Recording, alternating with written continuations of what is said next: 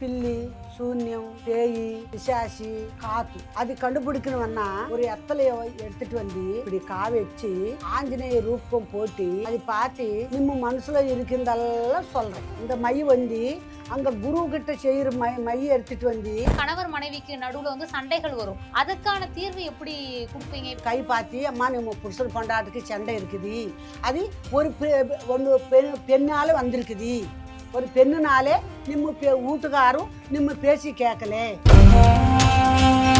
தாத்தா முத்தாத்தா காலத்திலிருந்து சம்பாரித்த சொத்து 5-6 பேருக்கு வர வேண்டியது சேர வேண்டியது இதில் ஒரு ஆள் எடுத்துட வேண்டியது இருக்குது. அவங்களோட இருக்கிற பெயரெல்லாம் இவங்களோட பேரில் ரிஜிஸ்டர் பண்ணிக்கிட்டு அந்த மாதிரி பார்த்துட்டு அதுக்கு தகுந்த மாதிரி மை போட்டு பார்த்து அந்த மாதிரி இருந்தாங்க பார்த்து. இது வந்து நாகதோஷம். கல்யாணம் ஆகாதவங்களுக்கு, கல்யாணம் தடைப்பட்டு போகிறவங்களுக்கு அது கல்யாணம் கிட்டக்க வந்து கூட தூரமாயிடும். அந்த மாதிரி தோஷம் இருந்தாலும் ஏது இருந்தாலும் இதோட அவங்களுக்கு ஆசீர்வாதம் பண்ணால் இந்த கல்யாணம் கண்டிப்பாக நடக்கும்.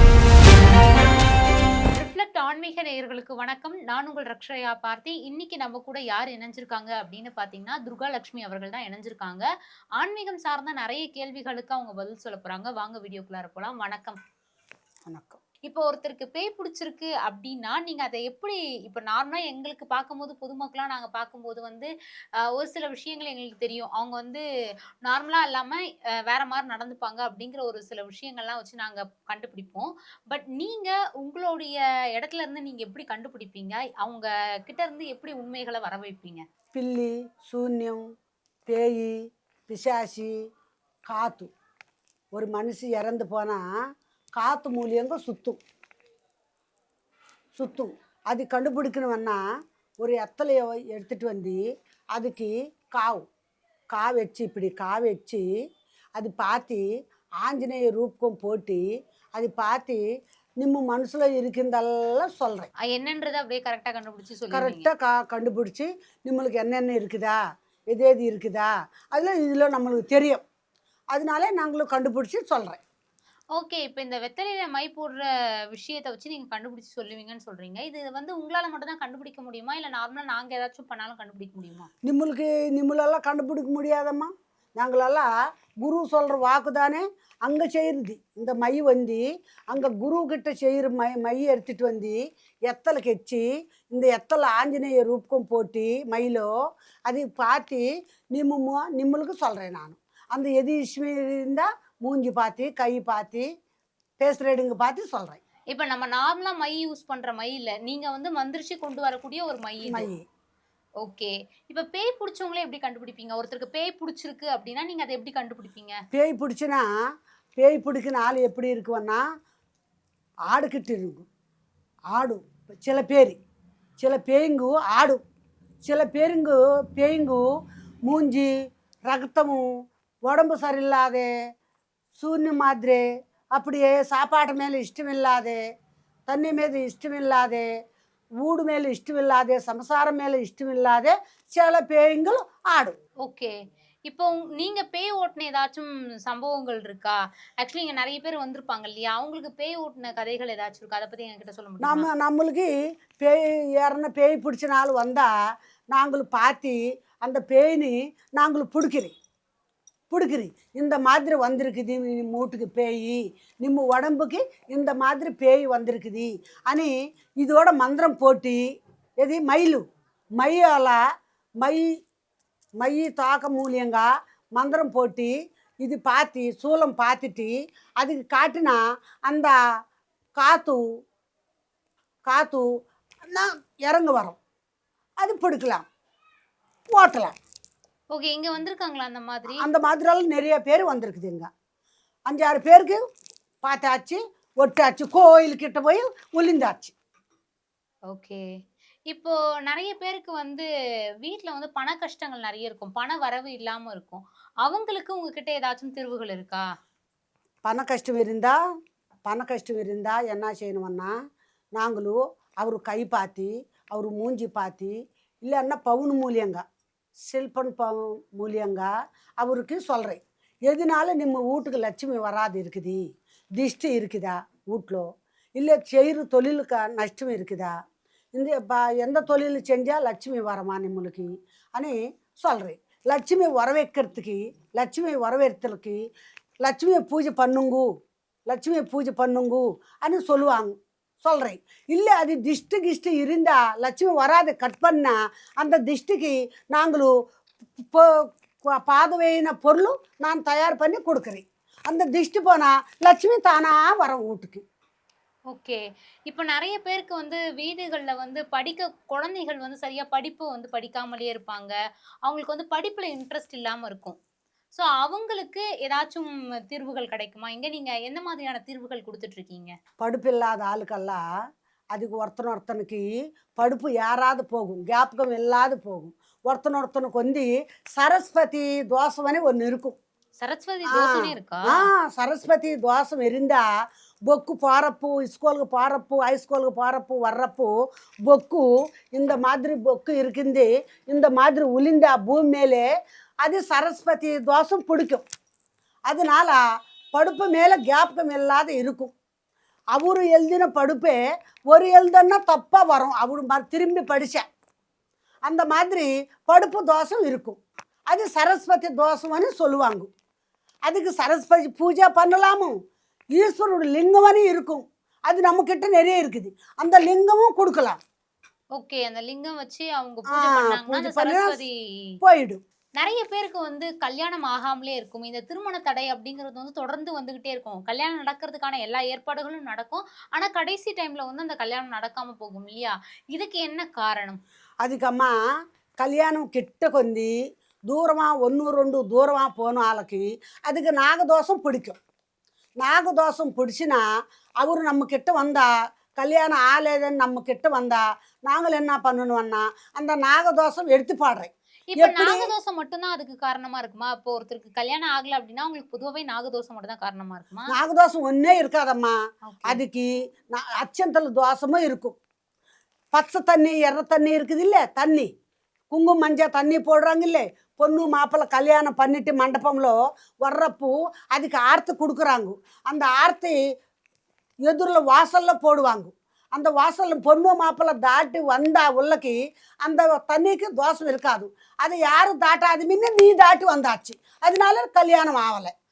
அதுக்கு ஒன்று இருக்கும், ஒன்று இருக்கு, அந்த மாதிரி இருக்கும். மறுபடி எப்படி இருக்குதுன்னா அச்சந்தல் ஆனால் அச்சந்தல் போடுறப்போ நிம்மு தலைமையில் உளுந்திருக்குது. அதனால கல்யாணம் நிம்முளுக்கு அச்சந்தலாம் உழுகாதே தள்ளி போகுது. அது சில பேருக்கு இருக்கும். கல்யாணத்துல போடுற அந்த அர்ச்சதை வந்து நம்ம மேல விழுந்தாலும் அதனால கல்யாண தோஷம் மாறும். அது எப்படி எடுக்கணும்னா மறுபடி அரிசி கொண்ட வந்து 3 பூ கொண்ட வந்து அந்த அரிசி அச்சந்தல் பண்ணிட்டு நாங்கள் சில மந்திரம் போட்டுட்டு அதுக்கு ஆஞ்சநேய மந்திரம், கருப்பு சாமி மந்திரம், முனுசாமி மந்திரம், துர்கா மந்திரமும் போட்டு அது அச்சந்தலும் அவரு கொடுத்தா அவர் தலைக்கையில் வச்சு 3 வாரமும் 15 நாள் 9 நாள் வச்சு தூங்கினா அந்த தோஷம் போயிடும். நாகதோஷம் இருக்கிற நாளுக்கு மாவு எடுத்துகிட்டு வந்து ஒரு பாம்பு ரூபகம் செஞ்சு ஒரு பாம்பு மாதிரி ரூபகம் செஞ்சு அதுக்கு படை வச்சு அந்த படை மேலே தீபம் வச்சு தீபம் ஆறாதே கீழே வச்சு பூஜை பண்ணினா அந்த பாம்பு மாவு பாம்பு அப்படியே நம்ம கண்ணு மேலே ஓடிக்கிட்டே போயிடும். அப்படி பிடிச்சி இந்த மாதிரி மண்ணு சத்தியில் போடி மூடி வச்சு 4-5 சடி ஆன அப்புறமும் எடுத்துகிட்டு போய் பீச்சில் போடுறேன். சமுத்திரம்குள்ளே போகுது அந்த நாகதோஷம். அப்படியே பல பேருக்கு செய்தி அம்மா. நானும் இப்போ நிறைய பேர் குடும்பங்கள்ல வந்து கணவர் மனைவிக்கு நடுவுல வந்து சண்டைகள் வரும், ஹஸ்பண்ட் அண்ட் ஒய்ஃப்க்கு நடுவுல. அதுக்கான தீர்வு எப்படி கொடுப்பீங்க? இப்போ பொதுவாகவே நிறைய பேருக்கு வந்து சும்மா ஒரு மிஸ் அண்டர்ஸ்டாண்டிங்ல சண்டை வருது. அதை தாண்டி இந்த மாதிரி ஆன்மீகம் சம்பந்தப்பட்ட ஒரு பிரச்சனையினால அவங்க பாதிக்கப்பட்டிருக்காங்க அப்படிங்கிறத நீங்க எப்படி கண்டுபிடிப்பீங்க? அப்படி எப்படி கண்டுபிடிக்குவேன்னா அவர் கை பார்த்து அம்மா நம்ம புருஷன் பொண்டாட்டுக்கு சண்டை இருக்குது, அது ஒன்று பெண்ணால் வந்திருக்குது, ஒரு பெண்ணுனாலே நிம்ம வீட்டுக்காரும் நிம்ம பேசி கேட்கலே. இது பெண்ணும் பாப்பா ஆணும் பெண்ணுக்கு சண்டை வந்திருக்குது. சண்டை எதனால வந்திருக்குதுன்னா ஒரு பிறந்த வீட்டு நினச்சி சில பேருக்கு வருது சண்டை. பொண்ணு பிறந்த வீட்டு நினச்சி சில பேருக்கு வருது. பையன் நினச்சி பிறந்த வீட்டு நினச்சி சில பேருக்கு வருது. இல்லைன்னா அவர் 2 பேருக்கு இந்த மாதிரி ஒரு பொட்டச்சி வந்தா காதலிச்சுவான். காதல் மூலியமா ஒரு பொண்ணு வந்தா அந்த புருஷன் பொண்டாட்டுக்கு சண்டை வந்து பிரிஞ்சு போவாங்க சில பேர். அப்படியெல்லாம் நாங்களும் சொல்கிறேன், கண்டுபிடிக்கிறேன். அதை நீங்க கண்டுபிடிச்சிருவீங்க. அவங்க என்ன காரணத்துக்காக வந்திருக்காங்க அப்படிங்கறத நீங்க கண்டுபிடிக்கிறேன். சொல்லுங்க. கண்டிப்பாமா கேட்ட கேள்விக்கு வந்து ஒரு சரியான பதில கொடுத்திருந்தீங்க. ம். அடுத்தபடியா வந்து நம்ம கண்டினியூ பண்ணலாம். ஆன்மீகம் சார்ந்த கேள்விகளுக்கு துர்கா லட்சுமி அவர்கள் வந்து பதில் சொல்லியிருந்தாங்க. அவங்கள தொடர்ந்து இப்ப நம்ம கூட லக்ஷ்மணன் ராஜு அவர்கள் தான் இணைஞ்சிருக்காரு. அவர்கிட்டயும் நிறைய கேள்விகள் கேட்க வேண்டியது இருக்கு. வாங்க வீடியோக்குள்ள இருக்கலாம். வணக்கம். வணக்கம். இப்போ பொதுவாகவே நம்ம சில விஷயங்களுக்கு வந்து நீங்கள் தீர்வு கொடுத்துட்டு இருக்கீங்க அப்படிங்கிறத வந்து முன்னாடியே சொல்லியிருந்தாங்க அம்மா. அதை தொடர்ந்து இப்போ எனக்கு இருக்கக்கூடிய ஒரு கேள்வி என்ன அப்படின்னு பார்த்தீங்கன்னா, நீங்கள் பேய் பிடிச்சிருக்கு இல்லைன்னா அதை தாண்டி வேற ஏதாச்சும் ஒரு பிரச்சனைக்காக இங்கே வராங்க அப்படிங்கிற பட்சத்தில் அவங்களுக்கே தெரியாமல் அதை தாண்டி அவங்களுக்கு வேற ஏதாச்சும் பிரச்சனைகள் இருந்திருக்கா? நீங்கள் அதை கண்டுபிடிச்சு சொல்லியிருக்கீங்களா? கண்டிப்பாக மேடம். எப்படின்னா, இதுக்கு முன்னாடி நிறைய பேர் இந்த நல்லா பேசுகிறவங்க, நல்லா கலகலப்பாக பேசுகிறவங்க இப்போ பேசுகிறது இல்லாமல் மாதிரி இருந்துட்டு, இந்த நைட்டில் தூக்கம் இல்லாமல், ஒரு சாப்பிட்றது இல்லாமல், ஒரு உடம்பு சரியில்லை இருக்கிறது இல்லாமல், ஒரு ஹாஸ்பிட்டலுக்கு போய் அங்கே போய் இங்கே போய் எது செஞ்சாலும் அந்த சரியாகாமல் ரொம்ப நாள் கழித்து கூட அந்த மாதிரி இருக்கிறவங்களுக்கு கூட நம்ம கோயில் இருக்குது இல்லையா, கோயில் மாதிரி இருக்கிறவங்களுக்கு கூட நம்மளுக்கு இங்கே இருந்தால் சில விஷயமெல்லாம் சொல்லி அவங்களுக்கு பிடிச்சி பந்தோபஸ்து பண்ணி எடுத்து மூட்டில் போடுறோம். சரி, இப்போ இதுக்குள்ளார போடுறேன்னு சொல்றீங்கல்ல, இதுக்கான செயல்முறை எப்படி இருக்கும்? நீங்க எப்படி இதுக்குள்ளார போடுவீங்க? அந்த ஆன்மாவோ இல்ல ஏதாச்சும் ஒரு தீய சக்தியோ எதுக்கு அடங்கி இதுக்குள்ளார இருக்கும்? ஒரு பில்லி சக்தி, ஒரு யாவல், ஒரு பில்லி சூன்யம், ஒரு ஏது இருந்தாலும் இந்த மாதிரி ஒரு ஒரு இடத்துல கடவுள் இருக்கிற இடத்துல மறுபடியும் அந்த சூன்யம் வராது. இதுதான் மறைஞ்சிடும் அப்படியே. அதனால நம்ம கோயிலில் பிடிச்சி அவங்கள ஒரு சென்ட்ரக்காலை வச்சு அடித்து லைனு பண்ணி அவங்க முடி பிடிச்சி 3 ரோட்டில் முக்கோட்டி ரோட்டாண்டா இடித்து போட்டு அந்த மாதிரி செய்வேன். செஞ்சு அவங்களுக்கு இருக்கிறது உடம்பு சரியில்லாதது கூட ஒரு 5 மாதம் 6 மாதம் அந்த மாதிரி எங்கெங்கே போனாலும் ஒரு தர்கா காடுக்கு போவாங்க, ஒரு கிறிஸ்டியன் சர்ச்சுக்கிட்ட போவாங்க, அங்கே போனாலும் இங்கே போனாலும் எதுவும் ஆகாதது கூட நம்மளால் எத்தனை பேருக்கு செஞ்சு காட்டு. இப்போ நிறைய பேர் வந்து சில விஷயங்களை தாண்டிட்டாங்கன்னா அவங்களுக்கு வந்து அந்த மாதிரியான தீய சக்திகளுடைய பாதிப்பு அப்படிங்கிறது இருக்குன்னு சொல்லுவாங்க இல்லையா? இப்போ செய்வினை, இப்போ வேற யாருக்காச்சும் இருந்து அதை வந்து அவங்க எடுத்து போட்ட சில விஷயங்களை அவங்க தாண்டினா வரும்னு சொல்லுவாங்க இல்லையா? இது எந்த அளவுக்கு உண்மை?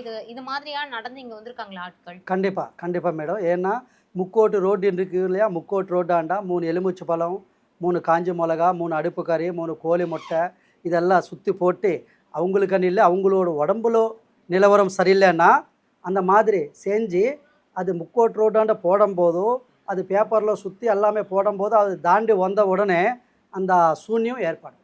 அவங்களுக்கு உடம்பு நல்லா இருக்கிறதுக்காக பண்ணதுனால அது மற்றவங்களுக்கு அப்படியே பாதிப்பு வரும். இப்போ இது வந்து அவங்க முக்கோடு ரோட்ல தான் போடுவாங்களா? இதை தாண்டி வேற எந்த இடத்துலயும் செய்ய முடியாது? முக்கோட்டு ரோட்டாண்ட போடுவாங்க. நடு ரோட்டில் 3 ரோடு இருக்கு இல்லையா, 3 ரோட்டோ இல்லை பெரிய பெரிய ரோடு இருந்தால் அந்த ரோட்டில் கூட போகும். ஓகே. இந்த பேய் பிடிச்சவங்க கிட்ட அதுக்கான தீர்வு எப்படி கிடைக்கும்? எத்தனை நாள்ல கிடைக்கும்? பேய் பிடிச்சவங்களுக்கு ஒரு வாரத்துக்குள்ளே சரி பண்ணிடலாம். ஒரு வாரத்துக்குள்ளார இங்க வந்தா நீங்க சரி பண்ணிடலாம். ஓகே. இப்போ நிறைய பேர் குடும்பங்கள்ல வந்து என்ன பிரச்சனைனே தெரியாது. ஆனா ஏதாச்சும் அவங்க குடும்பங்களுக்கு வந்து ஏதாச்சும் கெட்டது நடந்துகிட்டே இருக்கும் தொடர்ந்து. அவங்க வெத்தலை போட்டு மை போட்டு பார்த்து என்ன ப்ராப்ளம் இருக்குதோ கண்டுபிடிச்சி அதுக்கு தகுந்த மாதிரி தீர்வு கூட நம்ம பண்ணுவோம். இப்போ நிறைய பேருக்கு வந்து சொத்துகள் வந்து ஏமாத்திடுவாங்க, பணம் ஏமாத்திட்டு போயிடுவாங்க நிறைய பேர். அவங்களுக்குலாம் உங்ககிட்ட வந்தா தீர்வு கிடைக்குமா? கண்டிப்பாக. இப்போது தாத்தா முத்தாத்தா காலத்திலேருந்து சம்பாதிச்ச சொத்து 5-6 பேருக்கு வர வேண்டியது சேர வேண்டியது இதில் ஒரு ஆள் எடுத்துட வேண்டியது இருக்குது. இதில் 2 பேர் சேர்ந்து உங்களுக்கு வராது, உங்களுக்கு வந்ததை கொடுத்தாச்சு செஞ்சாச்சான்னு சொல்லி முன்கூட்டியே அவங்களோட இருக்கிற பெயரெல்லாம் இவங்களோட பேரில் ரிஜிஸ்டர் பண்ணிக்கிட்டு அந்த மாதிரி பண்ணுறது கூட இதுக்கு முன்னாடி கையெழுத்து போட்டு வாங்கினது கூட இந்த மாதிரி இருந்து கோர்ட்டில் சொல்கிறது கூட அந்த மாதிரி இருக்கிறதுனால அந்த மாதிரி பார்த்துட்டு அதுக்கு தகுந்த மாதிரி மை போட்டு பார்த்து அந்த மாதிரி இருந்தாக பார்த்து சொல்ல வேண்டும். அதுக்கும் தீர்வு தருவீங்க? தீர்வு.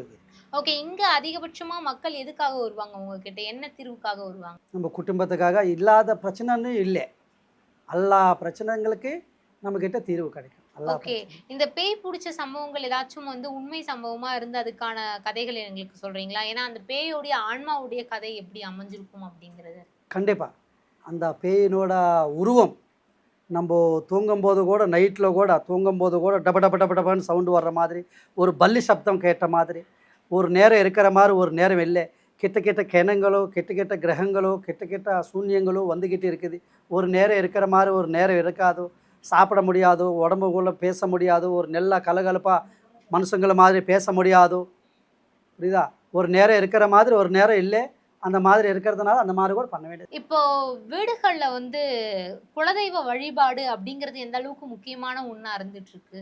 குலதெய்வம்னா அது தாத்தா முத்தாத்தா காலத்திலேருந்து நம்ம கும்பிட்ற தெய்வம் தான் குலதெய்வம்னு சொல்லுவாங்க. ம். அது தாத்தா முத்தாத்தா காலத்திலேருந்து தான் வந்துக்கிட்டு இருக்குது. அவங்க சொல்கிறது தான் இப்போ நம்மளுக்கு தெரியும். ம். மற்றவங்களுக்கு கூட சில பேர் சொல்லாத ஆளுங்களும் கூட இருக்கிறாங்க.